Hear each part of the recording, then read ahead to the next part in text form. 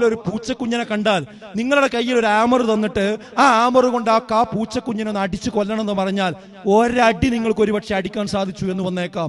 ആ പൂച്ചക്കുഞ്ഞ് കരയുമ്പോ രണ്ടാമതൊരടി അടിക്കാൻ നമ്മുടെ കൈ ഉറച്ചു പോകും. എന്നാ സുഹൃത്തുക്കളെ നോക്കൂ, നിങ്ങൾ സ്വന്തം അനുജനെയാണ്, ഒരടിയല്ല.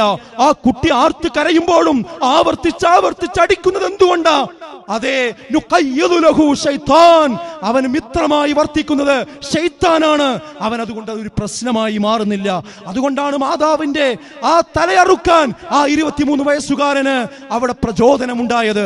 അതുകൊണ്ടാണ് ആ ആൾക്കൂട്ടത്തിൽ ഷഹബാസ് എന്ന് പറയുന്ന ആ കുട്ടിയെ നഞ്ചക്ക് കൊണ്ട് അടിച്ചു കൊല്ലാനും പിന്നീട് കുറ്റബോധമില്ലാതെ അവന്റെ കണ്ണൊന്ന് നീ പോയി നോക്ക് എന്ന് വാട്സപ്പിലൂടെ വോയിസ് ഇടാനും ഈ പുതിയ തലമുറക്ക് ചങ്കൂറ്റമുണ്ടായത് ഈ പൈശാചികതയിലേക്ക് അവർ എടുത്തെറിയപ്പെട്ടു എന്നതാണ്.